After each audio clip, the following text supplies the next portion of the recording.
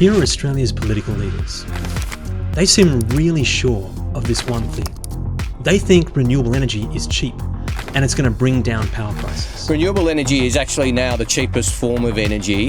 The cheapest form of new energy in this country is renewables. It remains the case that renewable energy is cheaper energy. But why do they think that? Well, in Australia, it's no secret. And the experts at the CSIRO have done the work. They show renewable energy is the cheapest form of energy. It's because of this report. It comes from our leading government scientific agency, the CSIRO, and it's called GenCost. Now, this report is particularly powerful because of this graph here. The claim is that these figures include the additional cost of all the extra transmission, storage, and firming generation required to support renewables at a high level of penetration in the grid. But actually, that's not true. On page 52 of that very report, they point out that they have actually excluded the cost of all the extra transmission projects, firming, storage that are required to be built by around 2030. And those projects are massive. Tens of billions of dollars worth. It's confirmed in an appendix that they're treated just as a sunk cost, i.e. essentially free. So, a few weeks ago, I wrote a Twitter thread pointing out how extremely deceptive and misleading that seemed to be. And soon enough, it was picked up and published in a national newspaper. And before long, the chief energy economist of the CSIRO, the very author of that report, wrote back to the newspaper to confirm that indeed they had excluded all those pre-2030 costs. But he thought that was fine because including all of them was the job of a different agency and a different report. That report's called the ISP. So I wrote another Twitter thread, and Claire Lemon wrote another article in The Australian, pointing out how badly misled everyone was about CSIRO's GenCost, but also pointing out that it didn't seem right that the ISP was the document for this because they probably didn't include all the system costs either. Then shit got weird. The Australian Energy Market Operator, the people that wrote the Integrated System Plan, or ISP, they released a press release claiming explicitly that their model did include the whole system cost. But actually, on closer inspection, that wasn't true either. It was a complete and brazen lie. Deep in the documents and the data packs they published in the report, it is clear beyond refute that they only model a tiny fraction of the whole system costs. So why am I, a physics grad, failed tech entrepreneur, data scientist, software developer with a really tiny fledgling military technology YouTube channel, why am I the one talking about this energy transition story? Well, it's because, and anyone who's watched my first video will know, it's because I've already had a run-in with government science. I've tried once before to challenge a technical conclusion that was critical to a massive, multi-billion dollar, multi-decade investment decision. Here because if the forces that put such a strange engineering choice into the submarine are still at work, there could be worse to come in the future, and it doesn't bode well for a successful procurement. And I've been given a response. And the response was complete rubbish. In fact, it confirmed my very worst fears about the flaw that had been made. And I've challenged the response, only to have the government minister at the time call me out by name and say that I was wrong. That can't work perfectly. I'm not dissing Aidan Morrison, but he's wrong about that. Simply because... And the Naval Group and the Department of Defence have responded to the Economics Committee's report. The government had responded. And then he doubled down on the exact component that I was pointing out should not be chosen for our submarines. The propulsion system, which is unique to the Barracuda short fin, will be the propulsion system which is the jet propulsion. In short, I was simply steamrolled by government science. Then, around 6 months later, that very government minister just announced that he would walk away from politics. And then around a year after that, it turns out the government announced there was a problem. That the attack class submarine would not meet our requirements. Now, they didn't just swap out that one critical component and make it work without that, or even change the submarine to a nuclear design where that component would have worked perfectly. No, they didn't. They threw away the entire project, and with it, years of work, billions of dollars. And so, in this video, I'm pulling out all stops to try to be as specific as I can about exactly what has gone wrong, and where necessary, strident about what the consequences are. Because I just don't want that to happen again. And this time, I think because more people are watching, people like you and people you're going to share this with, there's a chance that things might end differently. With all that said, welcome to what is the least military and least tactical, but perhaps most important episode of Miltech and Tac.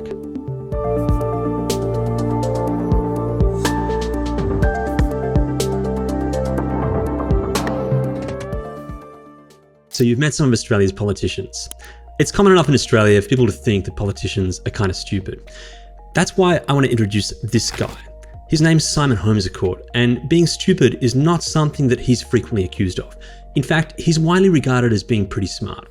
He's a prolific debater on Twitter, and a massive supporter of renewable energy, and an investor in it too. Also, worth knowing, Simon's seriously rich and very influential in politics. He's known as the principal founder and funder of an organisation called Climate 200.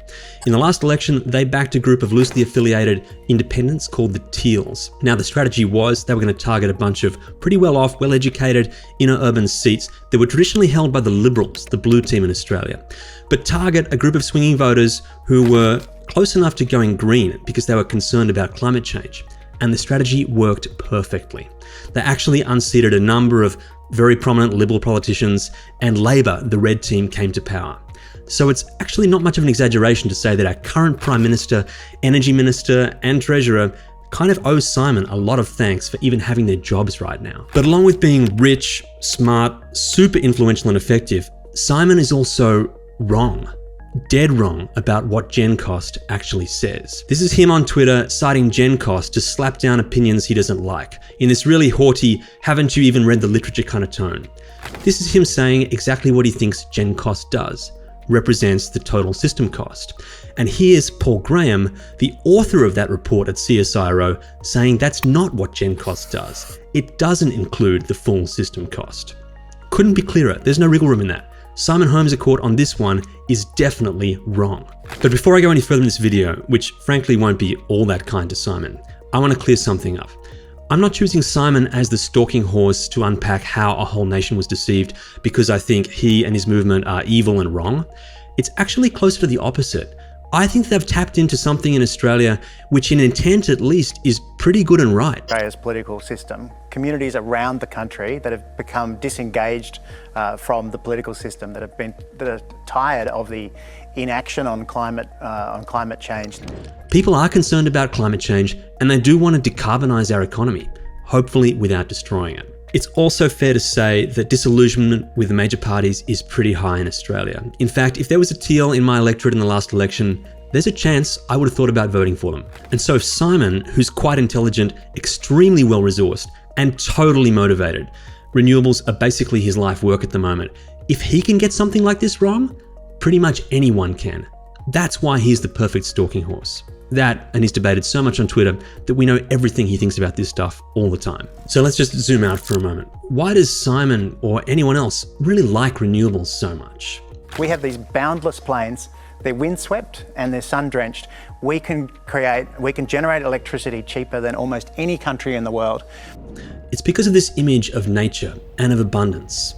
You just have these simple machines set out in the wind and the sun, collecting the energy as it flows and falls freely all over the landscape. And that abundance is implied to lead to good economics.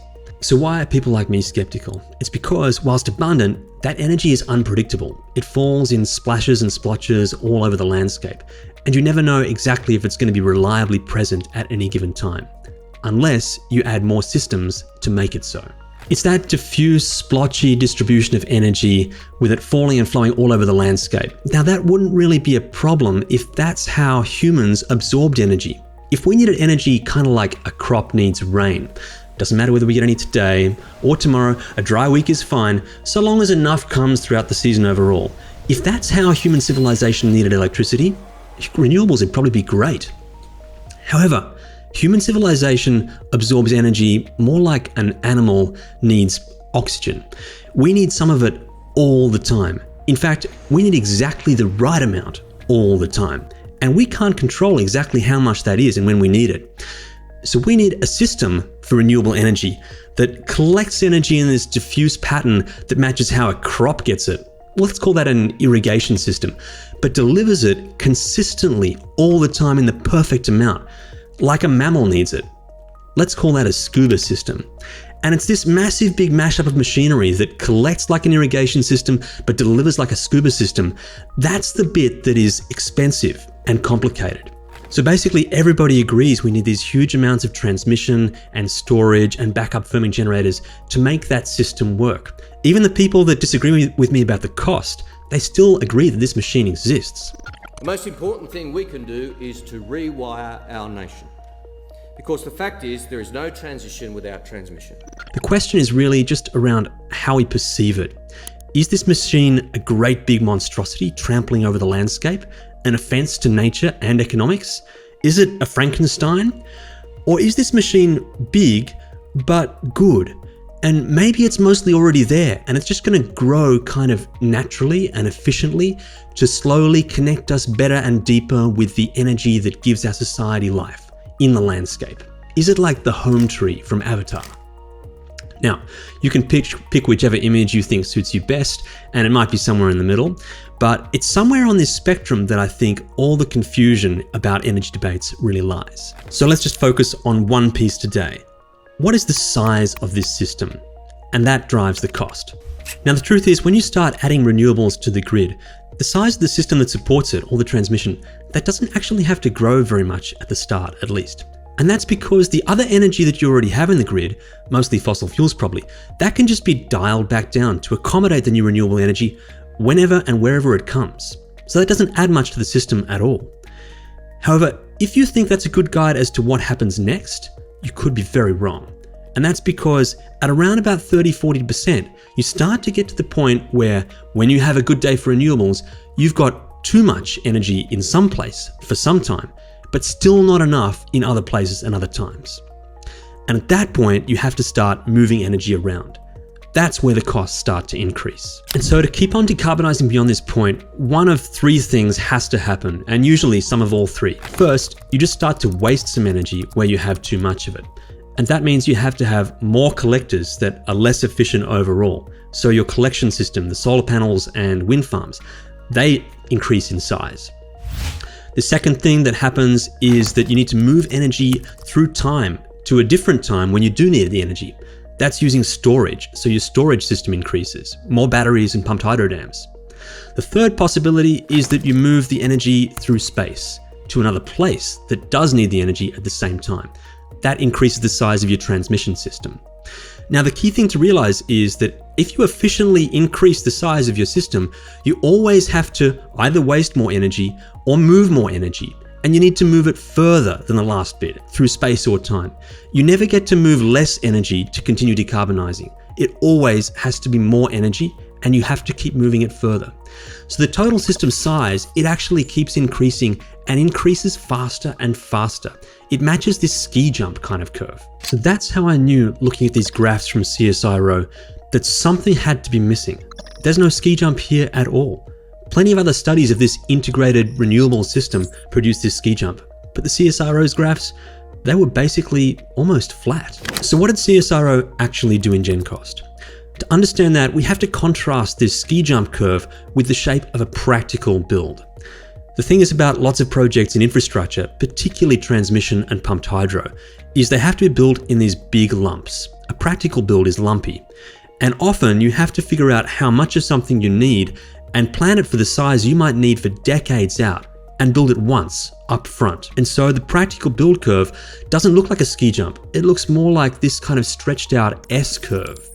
Around this point we're currently approaching in Australia, the point where you start to have to move energy around, you have to plan these massive core infrastructure projects to build out the kind of trunk and limbs of the tree, the major interconnectors, the huge pumped hydro dams. And once you've got those in place, then later on you can connect more renewables to that system. So what the CSIRO method does, it just skips over this part we do the heavy lifting, building the trunk and major limbs of the system. And they start their cost of integrating later on, where all you have to do is expand the renewable zones a little bit. And that's why their graph here doesn't show any of this ski jump shape. They're just costing the easy bit. The hard part, the heavy lifting, they're treating that as a sunk cost. Now, to any normal person, the degree to which that is outrageously deceptive is totally clear.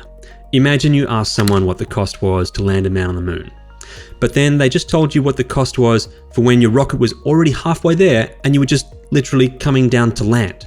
But they pretended that you were always going to build a rocket and launch it in the moon's direction with a man on it in the first place. So that can all be treated as a sunk cost. The cost is just the landing. So why would the chief energy economist of the CSIRO do such a thing? Well, to his credit, he's actually written about this quite a lot because lots of people have already written to him complaining about it. And he hasn't tried to cover it up at all. In fact, there's lots of explanations of it. So why don't we just try to steelman his rationale for a little while and see whether we can figure out exactly why it's wrong. Now, to really steelman Paul's argument, I need to explain this key term, the marginal. Now, this term was flushed out in a fantastic and very respectful Twitter debate with one of Paul's defenders online, Luke Morton. And also, it's worth noting that Simon agrees with this defense. He thinks the marginal is the right thing to look at too. Now, to understand what the marginal is and how it differs from the average, which is the alternative, I want to use a simple little analogy. Imagine you're having a party and you want to enjoy with your friends a cheese board. So you ask all of them to bring something to contribute to the cheese board. And they all come along, and some bring some really fancy, expensive things. Manchego, Stilton, Roquefort. Some bring some a little bit plainer, maybe just good old cheddar, right? And you want to figure out whether having this kind of party in the first place is a good idea. What you do, you get all your friends to put their contributions on the table, get them to bring their receipts, add up what all those cheeses would cost, and figure out what the average price is. And you could all look at that and say, are we going to be happy having this whole cheese board given what it's all going to cost us? And then you'd say, if you like the look of the cheese board and the price, you'd say, yeah, this is totally a good idea for a party. Let's definitely do this. So what's this idea of the marginal? The marginal is this idea of what's the incremental cost to grow a party that you've already decided you're going to have. So imagine you got all the guests to line up at the door before letting them in. And for each guest, you looked at the cheese they brought, how much it cost, and you made a decision whether you should add that person to the party. Now, this price of the last entrant, and Paul uses exactly those words, that's what the marginal is. Now, the marginal is still a really important concept, okay? Particularly if you think there's a good reason to believe that the next person might not have the same kind of offering as all the ones before. In certain cases, imagine the next person didn't bring a cheese, but instead they brought like a dairy allergy, and they had a whole board of their own of like expensive, weird tasting dairy-free cheeses that no one else was really going to share. It would make sense to think twice about whether you add that person to the cheese party. In this case, it makes sense to think twice about whether you let that next person into the cheese board party. So the marginal is still an important concept, and you can still make massive mistakes by taking the average when you should use the marginal instead. But in this case, the purpose of GenCost, and certainly the way everyone uses it, is to answer that first kind of the question. Should we make our grid a massive renewables party after all? And to do that, it's absolutely essential you add up the whole system cost so that you can calculate properly the average. Because energy prices delivered to homes and businesses, it has to overall reflect that whole cost of system. And it makes me just really angry that in this case, there's these two terms. One is so plain and simple that any old Joe can understand. You add up the total system cost to collect the average. And yet it's this weird wonkish term, the marginal, that maybe only the wonks really get. And that's the term the wonks of the CSIRO decided to use. And in this case, it's the wrong one. But because it's written by the chief wonk in a very wonkish language in a report produced by our most impressive wonkish agency, they did that and everyone else just went along with it and said that was okay. When in fact, in this case, the wonks have clearly got it wrong. The marginal doesn't matter for energy prices. It's the total system cost that gives you the correct average. In this case, it's crazy and sad that the actual scientific authority of matter just got it wrong. And people like Simon, they just line up and support him. And when you ask them why they think the marginal should be used, they just turn around in circles and say, well, that's what this report GenCost did, so it must be okay. But there are specific sentences in Paul Graham's writing where you can point to and see exactly the mistake that they make. So now that we've established this marginal versus average distinction, and the hard error that was made on the part of the CSIRO. Let's use this cheese board analogy to unpack why that happened and what the consequences of that are. Just imagine for a moment that not all the guests coming to the party are bringing cheese. Fairly late in the piece, someone turns up with just a packet of crackers. Plain, simple, home brand crackers. Now this isn't a problem because plain, simple, home brand crackers are actually a pretty good thing to have at cheese board. They're a super nice way of serving up the tasty bit that everyone's interested in, which is cheese. Now, up until recently, when almost all energy was generated by thermal power plants, and we had great control about where we put the power plants and when they produced energy. And in that situation, the transmission for moving that energy to the user, that was kind of like the crackers. It was a really simple, plain thing that was predictable, matched with everything, and it was no complexity at all to calculate. In fact, you might not make a very big mistake if you just left that part out of the energy equation because it was just such a simple, predictable, plain part of the system. And that's why some metrics like levelized cost of energy just leave the transmission out. In the old system with thermal power plants, that made sense. Now we're building a different type of system where there's lots of renewable energy, particularly wind and solar, and things don't work like that anymore.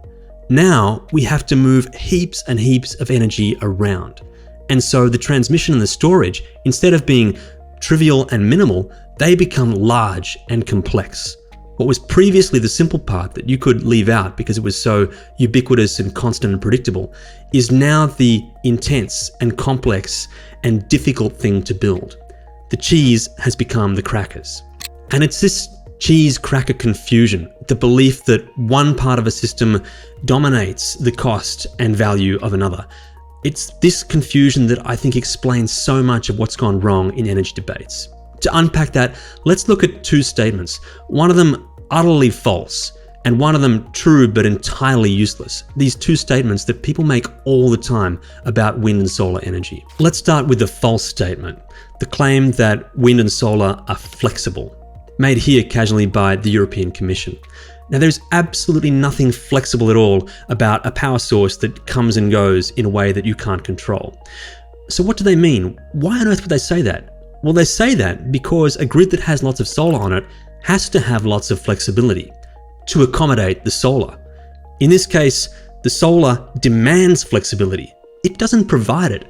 This is literally the guy that brings the crackers claiming credit for the most expensive piece of cheese on the board. But there you have it. People make this kind of statement, this confusion all the time.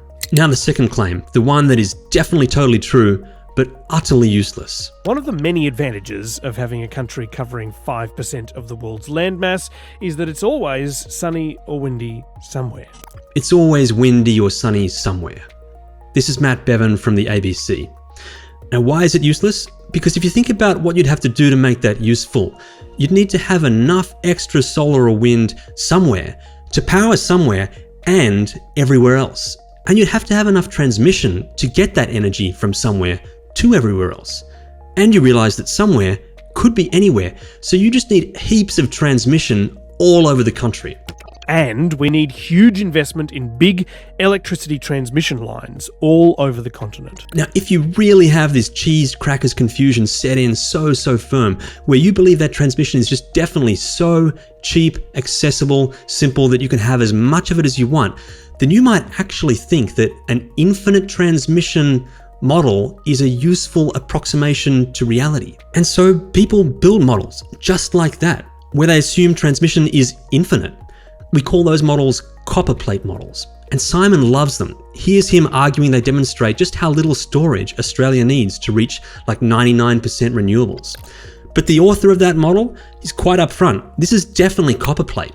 So to me, I don't think there's really very many firm conclusions you can draw about that.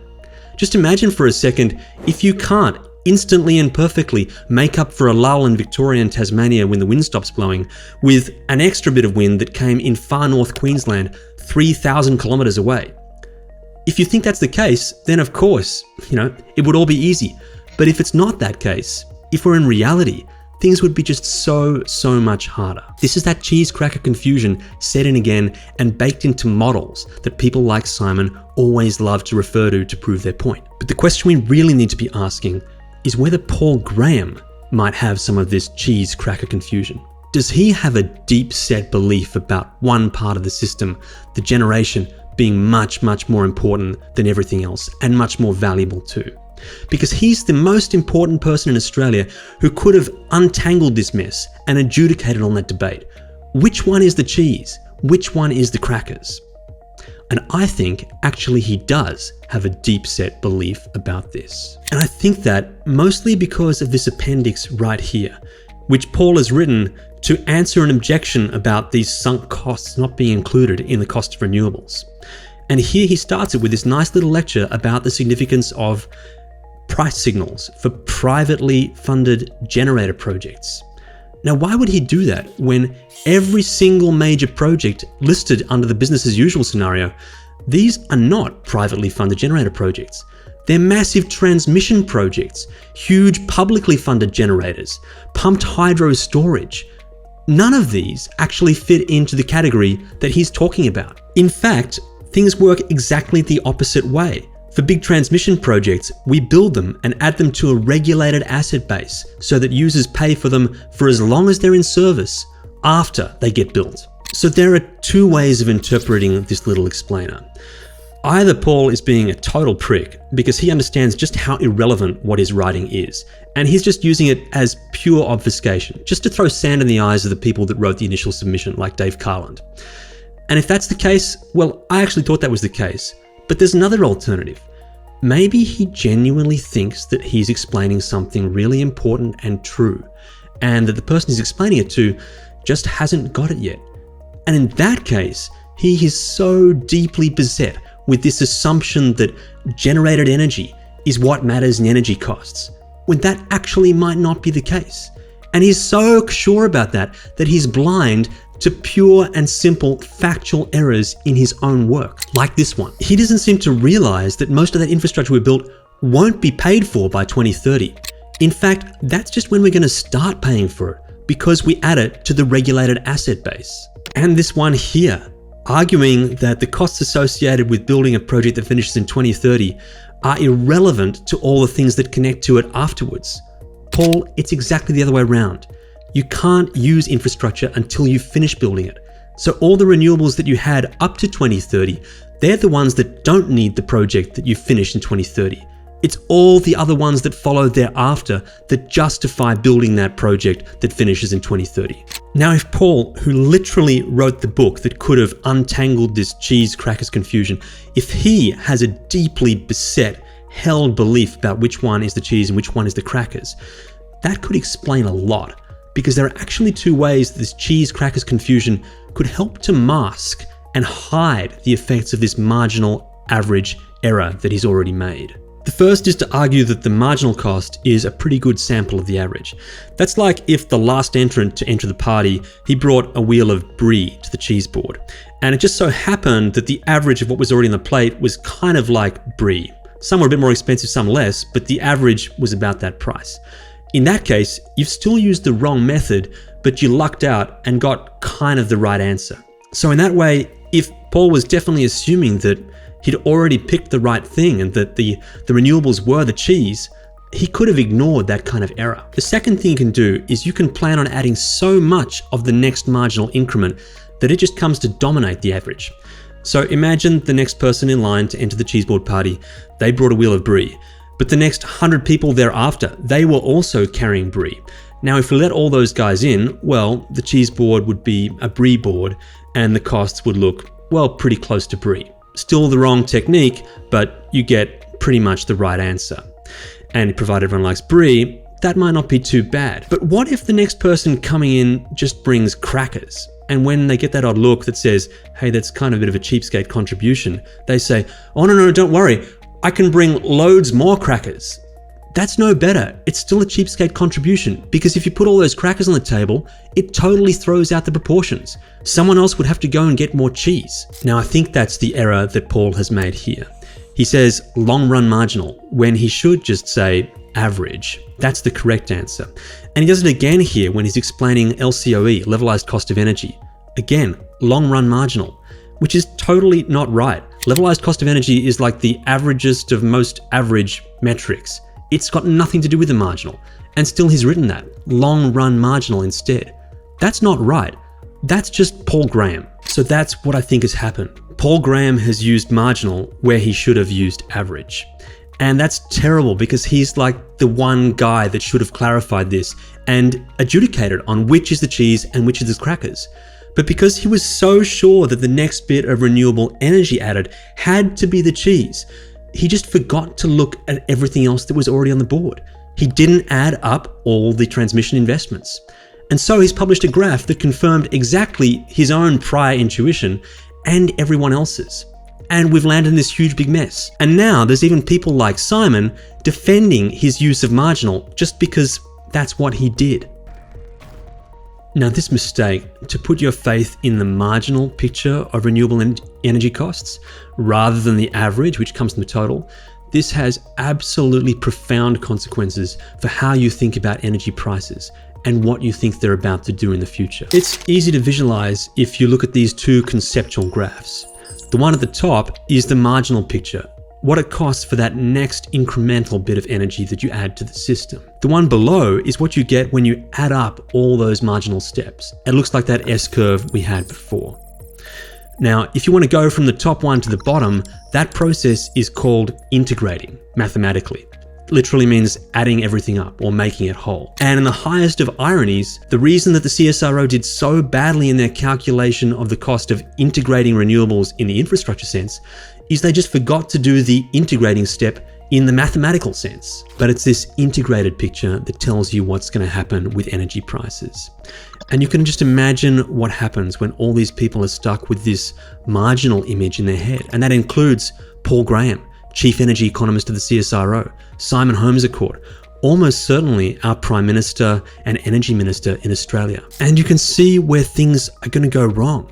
Because if they think that this problem with energy prices right now, this difficulty getting the extra bit of investment to happen, if they see that as just a speed hump, a bit of a hurdle in the way, then what they're going to want to do is just push a little bit harder, throw in some extra subsidies, bend the rules around, economic benefit tests, try to increase the mandates just for a while to get us over that hump, because they're sure at some point energy prices should come back down. Because the overall system is meant to cost less with renewables in it, right? Because people like Paul Graham at the CSIRO, that's what they said. But that's just not true. Energy prices don't come back down. You can't make an expensive system cheaper by adding more cheap bits onto the end of it once it's already expensive. If you go out and buy a Rolls Royce, you can't make the Rolls Royce cheaper to own and operate by buying some extra fluffy dice at Super Cheap Auto and putting them above the windscreen. Adding cheap bits to an expensive system just adds more little bits to the cost. Prices never come back down. And that's the danger of failing to integrate and just focusing on the marginal. And I think dozens of so-called experts and politicians worldwide have fallen into that trap. And we have a terrible picture of where this story ends from Germany. This is the German economic and climate minister, just weeks ago, contemplating borrowing billions of dollars to subsidize energy so that industry in Germany wouldn't continue to decline. You wouldn't contemplate borrowing money for that kind of purpose unless you were sure that you were getting over a speed hump, that things are going to get better. But sadly, I think he's mistaken. I think he's stuck in this marginal frame of reference.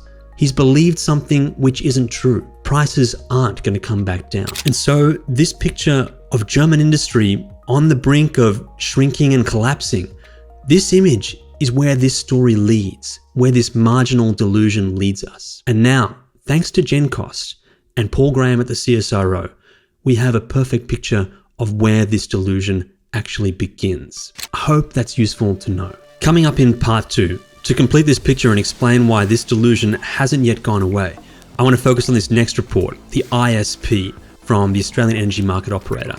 Make sure you like and subscribe and also hit the bell button to get notified, because this story is about to get wild. Whereas the CSIRO, though they made a mistake, were pretty clear and honest about what they'd done to make that mistake. On the other hand, AEMO, they've just started to lie blatantly and plainly and boldly in the media about what their report does and doesn't do. That'll be exciting. Please come with me. Stay tuned.